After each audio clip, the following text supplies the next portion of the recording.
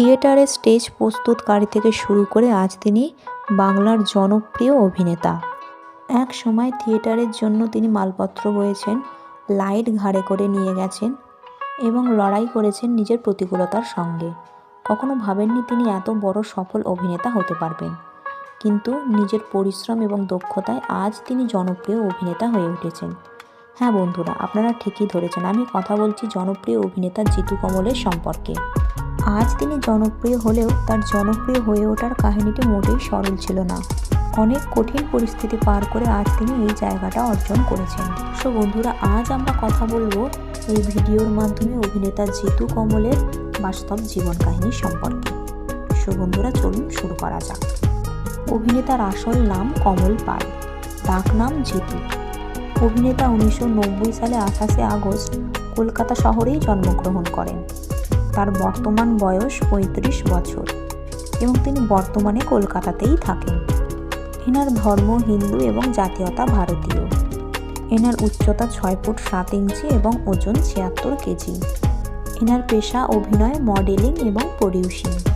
এনার হবিগুলি বলতে গেলে ইনি ট্রাভেলিং, রাইটিং এবং রিডিং বুকস খুবই পছন্দ করেন।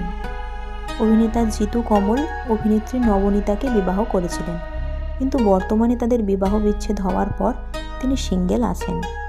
কিন্তু নবনীতার সঙ্গে বন্ধুত্ব তার আজও ভালো, আজও তারা বন্ধু।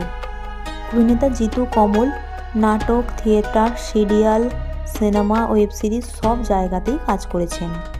অভিনেতা জিতু কমল প্রথম প্রধান চরিত্রে অভিনয় করার সুযোগ পেয়েছিলেন হঠাৎ করেই। সেদিন রবীন্দ্রনাথের কাবুলিওয়ালা গল্পটি থিয়েটারে অভিনয় হওয়ার কথা ছিল, কিন্তু হঠাৎ করেই যিনি কাবুলিওয়ালা চরিত্রে অভিনয় করার কথা ছিল তিনি অসুস্থ হয়ে পড়েন।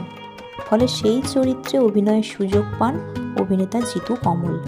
এবং যেহেতু অভিনেতা বই পড়তে পছন্দ করতেন এবং তিনি রবীন্দ্রনাথের অনুরাগী ছিলেন, তাই কাবুলিওয়ালা চরিত্রটি তার ভালোভাবেই মুখস্থ ছিল। ফলে তিনি দক্ষতার সঙ্গে এই চরিত্রটিকে পর্দায় বা বলা ভালো নাটকের মঞ্চে ফুটিয়ে তুলতে পেরেছিলেন। আর সেখান থেকে শুরু হয় অভিনয়ের জার্নি। তার অভিনীত প্রথম ধারাবাহিক হলো নিয়তি এবং তার অভিনীত অন্যান্য ধারাবাহিকগুলি হলো ভোলা মহেশ্বর, সাঁঝবেলা, বেহুলা, রাগে অনুরাগে, মিলন তিথি, রাঙিয়ে দিয়ে যাও, গুড়িয়া যেখানে গুড্ডি সেখানে, মহাপীঠ তারাপীঠ, হয়তো তোমারই জন্য, অর্ধাঙ্গিনী এবং বর্তমানে চিরদিনই তুমি যে আমার। এছাড়াও তিনি একাধিক সিনেমায় অভিনয় করেছেন। তবে অপরাজিত সিনেমায় অভিনয় করে সত্যজিৎ রায়ের চরিত্রটিকে তিনি পর্দায় যেভাবে ফুটিয়ে তুলেছিলেন তাতে তার জনপ্রিয়তা বহুগুণ বেড়ে যায়। এনার অভিনীত অন্যান্য সিনেমাগুলির মধ্যে অন্যতম হলো গৃহপ্রবেশ, বিদ্রোহিণী, সোনাবাবু ইত্যাদি।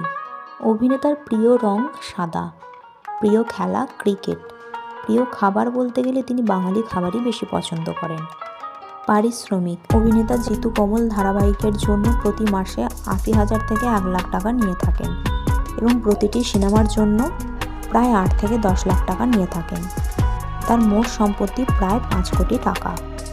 অজানা তথ্য, অভিনেতা জিতু কমল এত বড় অভিনেতা হওয়ার সত্ত্বেও কখনো তার মধ্যে ঔদ্ধত্য আসেনি, বরং তিনি সকলের সঙ্গেই অত্যন্ত সম্ভ্রমের সঙ্গে কথা বলেন এবং সকলকেই সম্মান দেন।